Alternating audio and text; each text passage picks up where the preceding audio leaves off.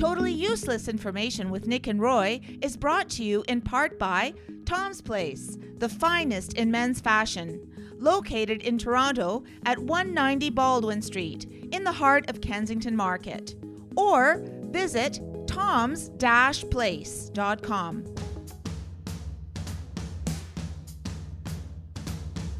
It's everything you never needed to know. This is Totally Useless Information with Nick and Roy. Listen, laugh, and learn. Something everyone wants to know. What is the average size of a penis? What? Whatever you do, don't kiss me there. Hi, I'm Nick. And those are very intriguing. Here's what we call a tease. Those are teases. Yes, right? big time. And I'm Roy, and this week we scour the internet to find out these useless tidbits just for you. Plus, we'll kick off 2026 by answering your questions in the mailbag segment. A listener wants to know who invented the pop can tabs. And in the news, a man was caught operating a chainsaw while naked. What could go wrong? Totally useless information. It's everything you never needed to know.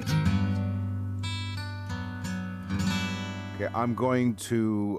Let's hope he wasn't cutting wood for real. No, he wasn't. Now, I'll tell you this much, and you'll be happy to hear this. It wasn't somebody from Florida. Oh, good. Thank God. But you know what? Let's turn on the lights. Put on the candles. Take off your shoes. Wow, wow. Oh, yeah. Oh, yeah. All about sex. We figured let's kick off 2026 with a bang. The following segment of the Totally Useless Information podcast may be too sultry and too sexy for some listeners. Happy New Year. Happy New Year. Happy. Yeah. The record skipped. We definitely, it's the new year. We start off with sex. Yeah, what a great way to start it because, and end it at the same time. Well, I promise my wife once a year, You don't, but you don't say when in the year. We hope everyone had a nice and peaceful and celebrations and abound and spent time with family, quality safe and time. healthy. Yeah. Safe and healthy, So we most hope important. for the best. And thank you for joining us here on Totally Useless Information with Nick and Roy. We turn the page. I'd like to know why Nick, in the beginning of this segment, said, "Take off your shoes." As Yeah. though Yeah. I was setting the that mood. that was an important feature. Well, in order for you to take off your pants, you need to take off your shoes first, you see. Not always, Nick, I'll tell you that. Okay. Have some practice at that, Now- one leg still on, Wow. That's right. You were part of the three-legged race. Anyway, The old three-legged race. so you and I work together on this show, basically, right? yeah, Okay. we are co-workers, Nick. Right, we are. How about this? How about research showing that people who engage in sex can lead to a better mood at the office? You mean they're in a better mood because they have sex? I call this work at sex. So, But then my question is, Yeah, like, again, what? the scientists. yeah. It's like, oh, they're happier because they're having sex. Right. Well, duh. Well, You mean at the job? Yes. It increases. Oh, It no.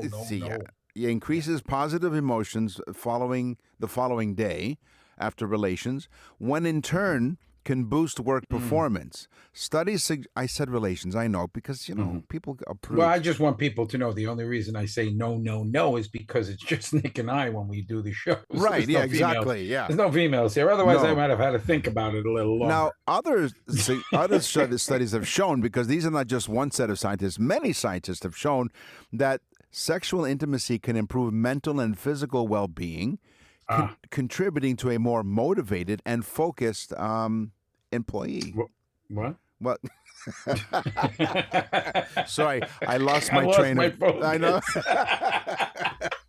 100%. That's not all I lost. Oh, yeah. Yep. Focus and libido. That's what they say. Right. Okay. Women are more likely than men to lose interest in sex when in a monogamous relationship. Scientists, Nick, Right. have found, Right.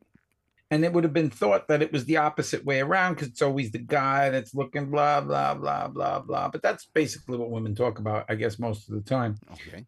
And in reality, it's women who usually can lose interest in sex with a monogamous partner within a year. 1 year. 1 year. 1 year. Oh. Men, it takes many years to lose interest. Can you imagine? But So what these women yeah. are running about Right. after a year, bored with their man, But searching. What about that whole thing with a 7-year itch or something? Yeah, but if you get it taken care of right away with penicillin and stuff, it doesn't. There you go. Doesn't have a chance to, to kick in. Oh, yeah, 100%. Here's a question for you and the audience, Roy. Yes. Which is the most powerful? Where? Which is the most powerful sex organ? Ooh, The most powerful. Would it be the tongue? No. Well, it depends. Many researchers consider the skin to be the largest sex organ, Yes, but the brain. It is the largest organ in your body. It We know is. that from the show. That's right, from how many seasons ago, right? The largest sex organ is your skin, but the brain is the most powerful sex organ. Oh, really? Yeah. Yeah, because could you imagine if the skin is an organ and a woman just shakes your hand? It's like, Wow. play- The most action we've gotten since, I don't know, what's this? It was yeah, January. the old hand Yeah. holder. What a grip. Yeah. Get a grip. Get a Nick. grip, yes. Get a grip. Women have what is called arousal non-conformation. Okay. What is that? It means that they are physically aroused, but not and may not be fully sexually aroused. Oh, okay. Yeah. Interesting. So, yeah.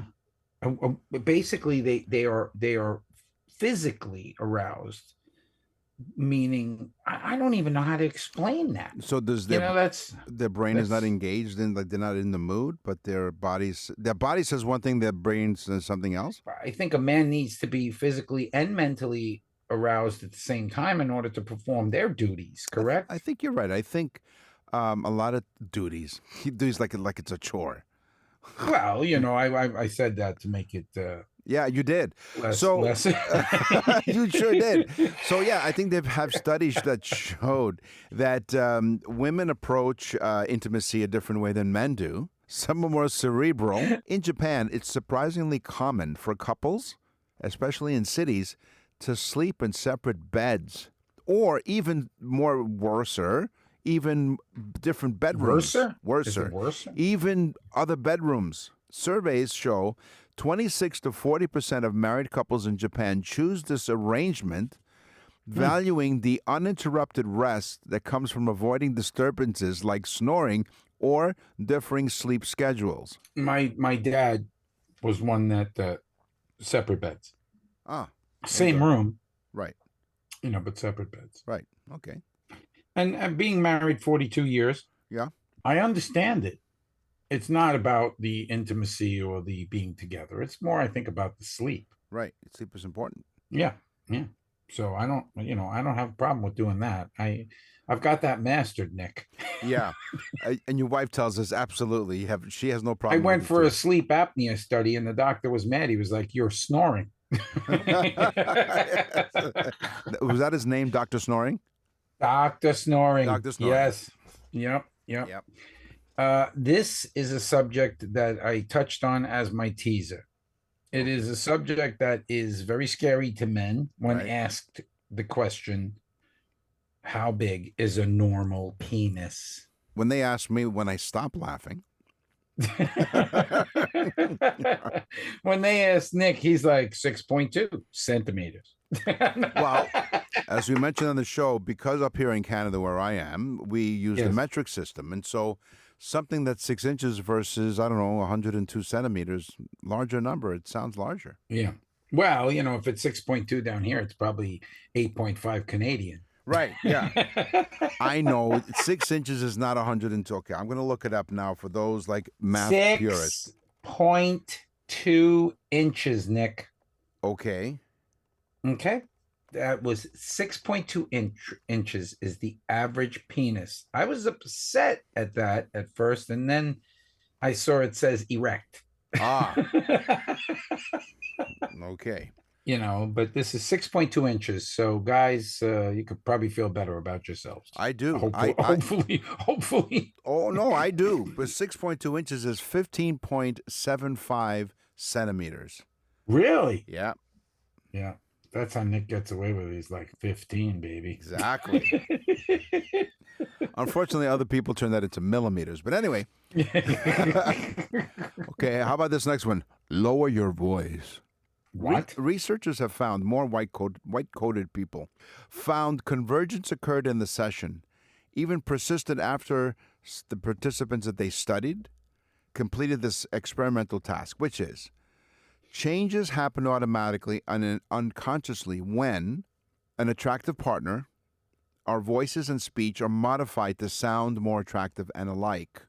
We found that both sexes use a lower pitched voice and showed a higher level of physiological arousal when speaking to the more attractive opposite sex target. So they're like, hello, baby. Exactly. That's why Barry White, the late Barry White, was so popular with the ladies. Remember Jackson? Nick and I knew a guy named Jackson. He would be like, "Gah, gah, gah, gah, gah." He would talk like that, and then he'd get on the phone and go, hello, baby. Yeah. Two completely personalities. Yeah. He had his phone voice. Yeah. Yeah. And the other, it wasn't really like one of those sex call-in hotlines or whatever, but the way he was talking to the other person on the other line, you're thinking, oh my God, I wanted to take my shoes off. Yeah. That's a little weird, Nick, but Okay. the shoes come in again. Yes, they do. Nick's taking his shoes off an awful lot. If he comes over your house and takes his shoes off, you know what his master plan is. Yes. Some scientists say Some that people. some people with white coats. Now, I don't know if the white coats is because they were lab coats or the white coats were for us. I have been spoken to by these many scientists with lab coats and have said that the follically challenged men, it is very much like a solar panel for a sex machine. That's it. That's what your head is. Nick and Roy will continue with totally useless information. The Boxing Week sale is on. Hi, Nick and Roy for Tom's Place, telling you about incredible deals. Tom is fully stocked and ready with prices that you won't believe. First floor sport jackets are on a limited time. Get ready. 3 for 1. Did you hear that? Three jackets. Wait, 3 for 1? 3? Listen, this is no lie. 3 sports jackets for the price of 1. Tom's Place is amazing. Go ahead, Nick. But tell them more. Well, let me tell you more. Suits are on deep discounts. $249 on the first floor. Okay, the best part? Radio listeners of this show, totally useless information with Nick and Roy, and the podcast. Ask Tom to take off more. Get it? TOM stands for take off more. Oh, That's a Tom's Place pro tip. So get 50% off brand name shirts, pants, and sweaters, including 100% cashmere sweaters and top coats. We throw these prices out there and we tell people $25, $50, 50% off, 3 for 1, all this stuff. It makes it sound like it's bargain basement. The quality, top notch. For the perfect one-size-fits-all shopping, Tom has gift certificates. Get them a Tom's gift certificate. They will go nuts. Don't miss Boxing Week now at Tom's Place, 190 Baldwin Street in Kensington Market, and online at toms-place.com. toms-place.com for details and store hours. Tom's Place will suit you. Totally useless information with Nick and Roy continues. Listen, laugh, and learn. Thanks for joining us here on Totally Useless Information with Nick and Roy. We really are pleased that you've joined us here in 2026. We are in the midst of, season 6 now. We really appreciate it. 90-plus countries around the world. We heard from a lot of people about our Christmas special, what we found out about Santa. It's a lot of stuff. But thank you for that. They said it couldn't be, Nick. They said it couldn't happen. It's almost, 7 years almost? Yeah, almost 7 years. But you know what? Here's something that you're really going to appreciate. After all is said and done with the holidays, then you realize, oh my goodness, I just realized my loved one is about to celebrate a birthday. What do I do? Yeah. What do I do? What do? You should do what you should have done at Christmas time, but you didn't get in. No. NickandRoy.com is the website. You go to NickandRoy.com, you go to the Nick and Roy store, you click on the birthday Well, let me messages. tell him, Nick, please. I Oh, hate to okay. interrupt you. You know that. You interrupted yourself. That's what you did. Listen, you go to nickandroy.com, you Yeah. type on the Nick and Roy store, and Right. there is a thing called a birthday or an anniversary message. Right. Hit on the sample. Yeah. I'm telling you right now, it's the greatest gift you'll ever get for anyone. You are going to be the superstar. Right. It is going to take you no time at all. You don't even have to leave the lazy boy chair that you're in right now. Or that you just got for Christmas, yeah. Exactly. You can just relax, hit the button, and you are the superstar sending them the best birthday gift they ever got. NickandRoy.com, the Nick and Roy store.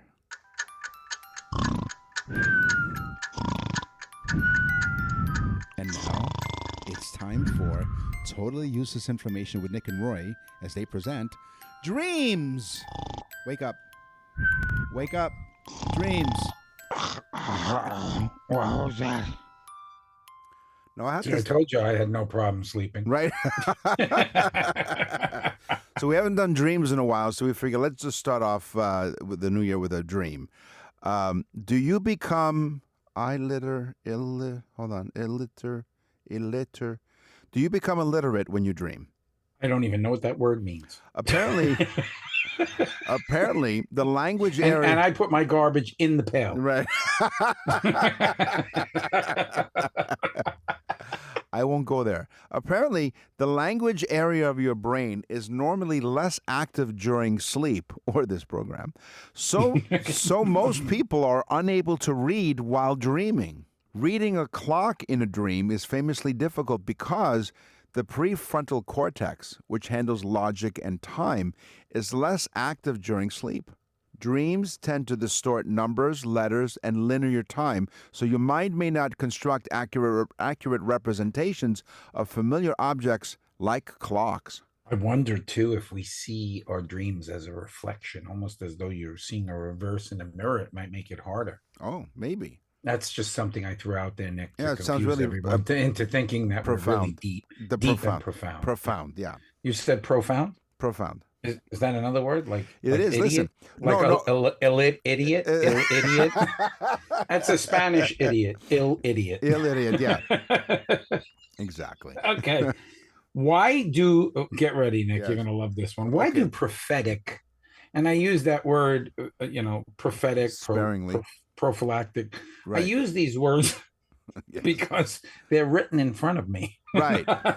He's good that way. But why do prophetic dreams often come true? Oh, well, tell us. So again, prophetic meaning like prophet, meaning you saw it ahead of time. Right. So prophetic. Premonition. You're going to learn to speak. Do you know how many people email us from other countries and say they use our program to learn how to speak English? Yeah. And then they It's can. insane. What the beauty part of all that is they can teach us English too, like in Yeah. return. Plus they can spend much more time having sex without climaxing. Right. Sure. Handily. Handle. Yes. This is a hands-on show. If you It know what is, we yeah. mean. Okay, so why do prophetic dreams often come true? Okay. Because most of our dreams are our brains putting together scenarios that have already happened and are going to happen again. Oh. The brain is very pragmatic. Wow, we're just throwing them out there. Man. The brain is extremely pragmatic, so it is trying to fill in the story with things it already knows, very much like AI. Mm-hmm. It's just picking out of the file cabinet of things it knows. So, of course, a lot of them are plausible outcomes. Again, Nick, plausible outcomes. Man, you need like a wheelbarrow just to lift those words off the page. Yeah, that and the desensitized genitals. Oh yeah, 100%. They've been dragging late. So ever since 60, you know. yeah, oh, I'm telling you, you're kidding me. They got skid marks, but not in the way that you thought. So this is very similar. This one I call "Do I Know You?" Have you ever had a dream with a person in it that whom you never seen before in your life? So a stranger. It may seem that way, but it is impossible. it is believed that the human brain is incapable of creating a new face while dreaming. So the faces that you see in your dreams, you may not know them, but you've seen their face at some point. You don't create a new face. I don't know if that's true, Nick. I think the brain has an ability to, again, fill in things. So maybe it'll use some things like the eyes of somebody you saw or whatever. Yeah. But yeah, I guess you did see that person before. It's just, again, it's putting it together like an AI image. By the way, Just using things. Yeah. And you're going to say that we don't use it, right? well, people have asked us all the time, like, do they stop you on the Yeah. street and they say, do you use AI? Do they stop you? No, Nick, they don't. Okay. Must be just Nobody in Toronto. stops me on the street. In fact, police officers do not stop me at random checks. Yeah, exactly. Oh, it's you. Yeah, just keep You going. use AI, stupid? Yeah. People have asked us if we use AI in the show. No, we do not. We write our own scripts. We don't They use. asked Nick, Yeah. do you use AI or is that just a dumb look on your face? And I'm not happy you asked that question. We don't use any intelligence on this show, artificial or otherwise. We use UI, which is useless information. Of course. It was thought that we only dream during REM sleep. And I Right. think we've actually discussed this We on did. the show. I think so. So what happened? They believe that we may dream in non-REM sleep, but these dreams have less detail and we have no real true remembrance of them. Thus, the reason why they think we don't, because there is brainwave and brain activity happening Right. during non-REM sleep. Maybe not for Nick, Hmm. but he has a problem with the brain activity to begin with. Right. Yeah. It's slow. It's slow. it's just slow. Yeah. It's slow. In my dreams, it takes me 90 minutes to watch 60 minutes. All right. Now, speaking of time, but this is one great segue after another, huh? We did not plan this. Why do dreams seem longer? So this one I call time to dream. Study authors have proposed several theories to explain why dreams often seem longer than they really are. So one of the theories is that the brain activity might be slower, as Roy pointed out, in REM sleep. You're talking to me, right? Yeah. What? Compared with waking life because the brain is at a lower temperature. Thus, dream scenery would progress at a slower pace for the dreamer. Wow. So the amazing brain processes information differently in dreams, and certain tasks, like running or fighting, seem to take longer. So this slow motion effect can make short dreams feel much longer. So here's my question. If you're having one of those, dreams where you're having relations, so you thought it lasted longer, but it really was a short dream. It's like, never mind, object may seem smaller in the mirror. Dreams may seem shorter than you really thought. Longer? They seem longer than you think. Sure. The long and short of it is, your dreams they feel longer than they are. Much longer than this segment. I know you've probably never thought about this, but this one got me. Okay. Because I thought about it after I was reading about it, and then I said, I got to put this one on. Okay. The topic was your brain is the ultimate DJ. Oh, okay. Okay. But think about this. In a lot of, if not most of your dreams, there's a musical background. Oh. Our brain fills it in like a movie. When we watch movies, there's music happening behind the movies almost constantly, or in a large portion of the film, there's a soundtrack behind it. Well, our brain fits in the soundtrack behind it. And we just go about our dream as though it's not even happening, even though our brain is filling it in.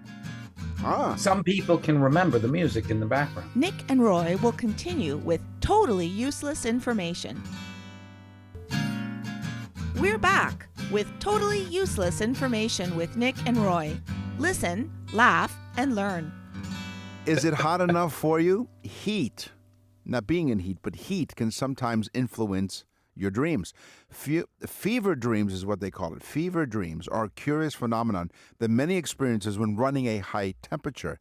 As the body's internal thermostat rises due to illness, it can influence not only our physical well-being, but also our dream content. So if you think back to when you were sick and you had a fever or flu or something like that, and you dreamt, weren't the dreams more profound, more active? I don't know what the word profound means. Okay. No, I'm joking. Yeah. No, I agree with you. Yes. Great. Yeah. So I think it's just really remarkable. So, and often I've heard about if you want to sleep better, adjust the temperature in your bedroom because some people like it hotter than others, and so having the right temperature as well. If you're comfortable enough where you fall asleep, and maybe if you're more relaxed, then your dreams won't be as impactful. I don't know. So that's interesting. Could be. Yeah. Yeah. Or Temperature, useless. sure. Yeah. Yeah. How many times do you wake up out of a sleep if it's hot or something, Right. Exactly. Are you hot in here, or is it just me? Nightmares, Nick. Yes. Nightmares may be a way. Now, think about this. When you're a kid and you go to touch the stove, your parents do what? They scare you because they scream at you, no, don't touch that, and right away there's like this shocking thing, and you know that there was something really wrong. Right. So it's like when your wife screams, sit. No. Yes. Now beg.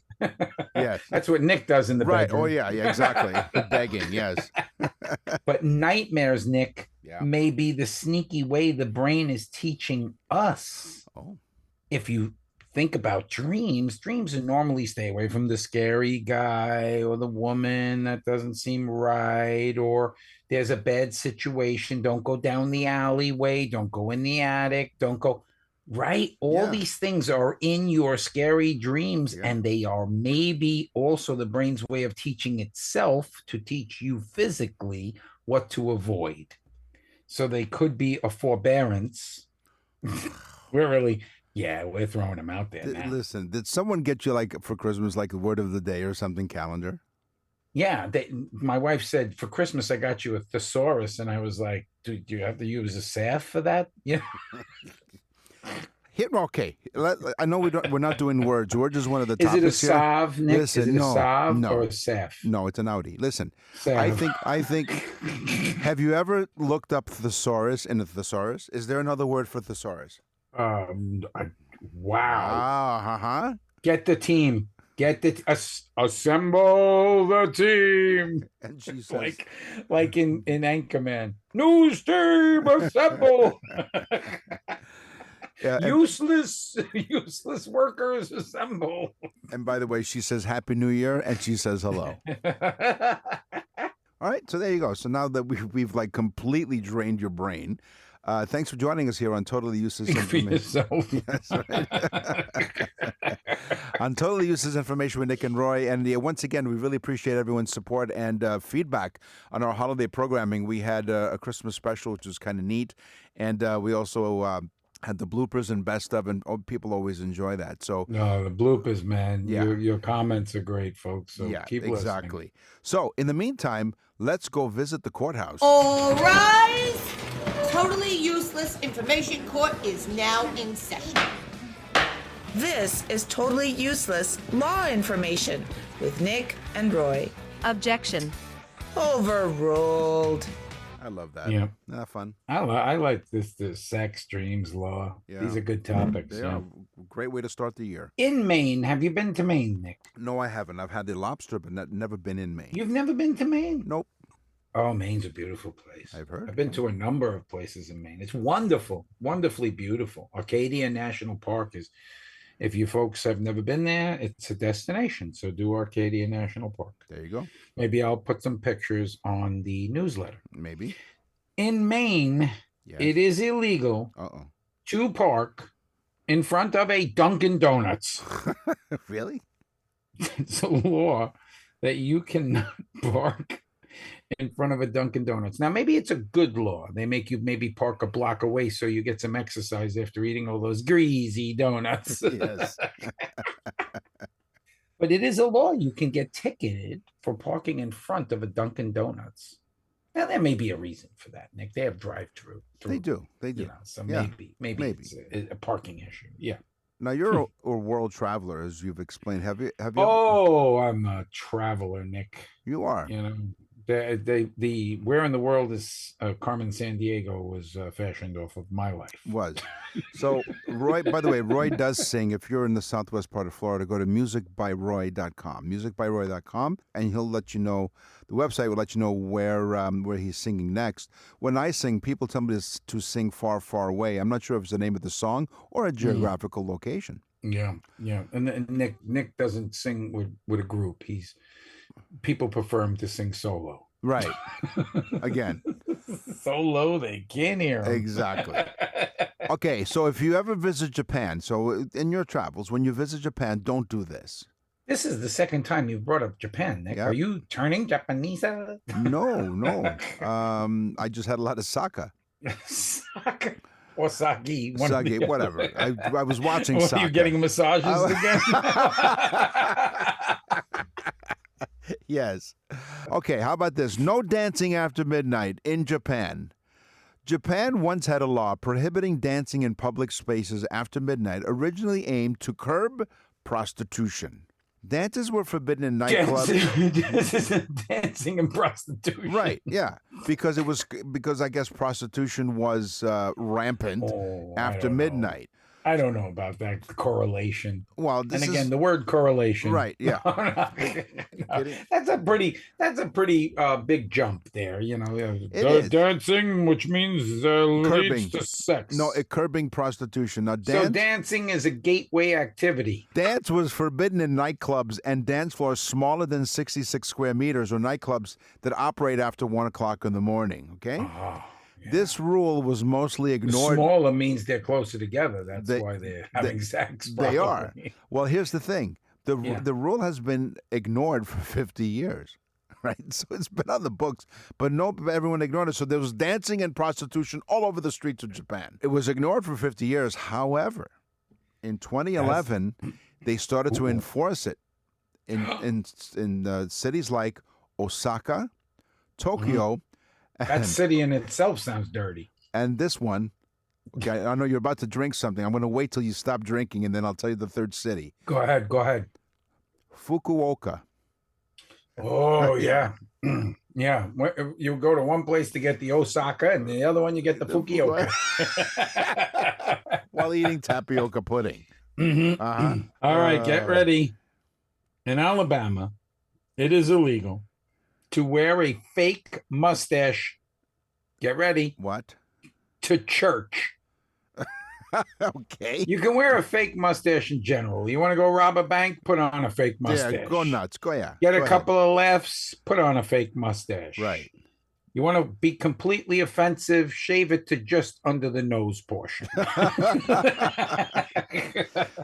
But don't, and I repeat, do not wear in Alabama a fake mustache to church because God is watching. Keeping with the Icelandic tradition. Is that where we are? Yeah, we're in Iceland now. We're just traveling all over. One of the 91 countries. We went from church to Iceland. Yeah, and to Japan. What a segue. We are visiting practically all of the 90 plus countries that are listening to Totally Useless Information with Nick and Roy radio show and podcast, and on the iHeartRadio network, coast to coast to coast in Canada and United States. Like no matter where you go, we're there. Okay. Okay, so let's go to Iceland. If names, this is like, so you've just had a baby, congratulations, okay? That's great, it's awesome, now you got to pick a name. If names in Iceland have not been previously used, they have to be submitted to the Icelandic Naming Committee for approval.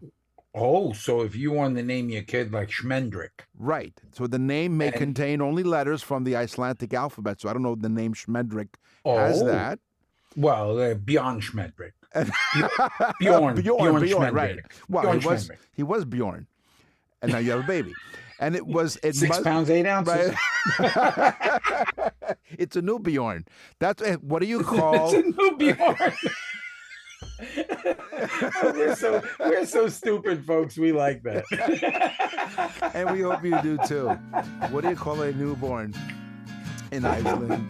Baby, a new Bjorn. Nick and Roy will continue with totally useless information.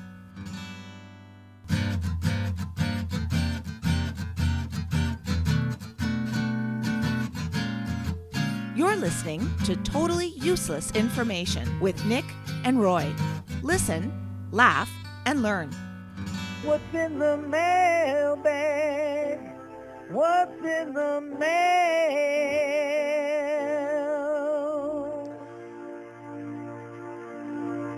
Oh, Jason from Mississauga, Ontario. Dear Nick and Roy, we listen to your show every single week. We listen on the radio and we listen to your podcast via Spotify. And we swear you guys get better and better and funnier.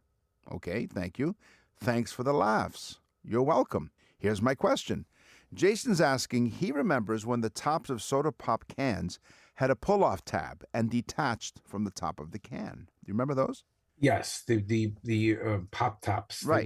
that you get a cut on those freaking Well, things that's too. the thing. So when was the current pop can tab invented? Because now you just basically pop it back and it stays on And the it doesn't can. come off, yeah, which is smart, I guess. So Ermel Cleon Phrase is credited with inventing the modern-day pull tab for beverage cans from 1959. The initial pull tab design was later improved in 1977 by Phrase himself to the stay tab design, which remains attached to the can, like I mentioned, and it prevents it from becoming a choking hazard. So, of course, yeah, his pull tab design was patented in 1963 and sold to Alcoa. They manufacture aluminum cans, right? So there's your answer, Jason. Phil from Ashio Down Under. Yes. He writes, now that's funny. For who? He writes, take some lessons. Uh-oh. Wait a minute. I don't like this guy already. Yeah, Phil, from a third grader, okay? Yeah. Yeah, we've graduated to the fourth grade now. On the show today, we talked about sex, we talked about dreams, we talked about laws. It's time for the news. And now, from around the corner and around the world, this is TUI News. Throwing caution and his clothes to the wind, 66-year-old Minnesota man, not Florida. No. He was spotted outside his home, chainsawing. So far, so good, right? While butt-ass naked, according to police. Okay. What was his reason for this? So the suspect was frequently spotted in his altogether by neighbors. I never understood that expression. So In he his was altogether. naked, fiddling around with his wood. But, well, we're not sure. Butt-ass naked is how the police described it. It's official. Somebody said, I saw it. Right, he did. What did he see? He saw what he saw. Paul Severinson. Paul severed something. Severson was charged with disorderly conduct in connection with alleged nude displays. So wait a second. His name is Paul Severinson? Paul Sever. Paul. Paul Severson. So he's outside cutting the wood, Butt naked. and the police come. Well, because they were called, and he was charged with disorderly conduct in connection with alleged nude displays outside his residence in the city of Lake Crystal, Minnesota. So he was on his own property. Yes, But he was displaying his own property as well. Well, that was the problem, which is why they disorderly conduct. So, And why with the chainsaw, though? That's let's see. what gets me. I mean, I could see if he was sunbathing or just right. Just a freak to begin with, but he goes out with the chainsaw and says, let me just get naked and handle a violent tool. Right, exactly. Well, he is a tool, apparently. He's a tool. So let's figure out. So after interviewing multiple witnesses, the sheriff's deputy observed that nude Severson appeared from beside a shed. Oh, so he was behind the shed at that point. Beside the shed, not behind the shed. He had shed his clothes already. Right, he shed his clothes, and he stood beside the shed. Right, exactly. And the cop shed it here. Right, Go ahead. Paul Severson. The cop Severson. advised Severson that he could not be naked outside with children around and people driving by. Okay, could you imagine the cop having to say that? Yeah. Excuse me, sir. You do understand that you're not allowed to be naked with a chainsaw. Exactly, even if it is on his own property. Other neighbors I reported... just take out the stick and hit him with it. Yeah. Well, it depends if he cut it down or not. Neighbors reported that Severson did yard work while nude, with one eyewitness saying the suspect was chainsawing while butt-ass naked. Yeah. But he also gardened, Nick. Right. So maybe he's just a horticulturalist who Right. wants to get closer with nature. Right. Well, maybe. I've been known to, walk around the streets naked. That was you? Paul, I'm trying to help you out. Right, yeah. So Severson was named in an early November misdemeanor complaint. 2 weeks after a witness told police that I wonder if his wife, Mrs. Meaner, showed up. Well, I'm sorry, the misdemeanor. Right, that's right, misdemeanor. Okay, so it's a misdemeanor, so this is not a felony. So what's the difference between a misdemeanor and a felony? I don't know. You'd know better than me. Right, exactly. So no, misdemeanor is a very lesser, light, right. a lesser crime. Yeah, Right, okay. it's not a felony. Is something that stays on your record. Right. Pretty much, So when someone's referred to as a felon, right, because they were charged with felony, as opposed to just a miss. Either that or it's just a big hole in front of it. Right. You felon in. Felon, I got you. Severson was named beginning of November, 2 weeks after witness told police that one of their children saw him, quote, naked for the first time as the child rode the bus to school that morning. Oh, no. So he's out there while they're getting on the school bus now. Right. See, that's the problem. So it's one thing if a passerby sees... No, but when the kids, when the kids are like, cool. Mommy, look at Mr. Severson. Right. And there you go. He's missing something, Mommy. Yes. And it's not his clothes. No, it's in between his ears. Mr. Severson looks like a Ken doll. Which, for you folks that have been listening today, that means he's not anatomically correct. You know what? Let's just change his first name then. Ken. Ken Severson. Ken Severson. There you go. There you go, Ken. Ken Severson. I like that better. Yeah, it sounds better. So, you know what? Sounds better. Plus, he could probably get the name registered in Iceland. Right, yes. Probably. Ken Bjorn Severson. Yes. That's all the time we have. Ken, when were you Bjorn? Right. I was never Bjorn. Yes, you were, sir. Stop lying to us. That's right. That's all the time we have for this episode of Totally Useless Information with Nick and Roy. We will, once again in 2026, scour the internet far and wide for more totally useless information just for you. And until then, if you're going to operate machinery, please keep your clothing on. Yes, and your shoes. And your shoes, because if you take your shoes off, it's a connotation that you're going to have sex. Nick has made that very clear today. 100%. Nick, are you? Oh God, I hope you're wearing shoes right now. That's not my foot. Hey, listen, folks. Tell everyone you know. Tell a friend. It's 2026. The show's 7 years, guys. It's because of you, and it is popular as anything. Thank you so much. I'm Nick. And I'm Roy.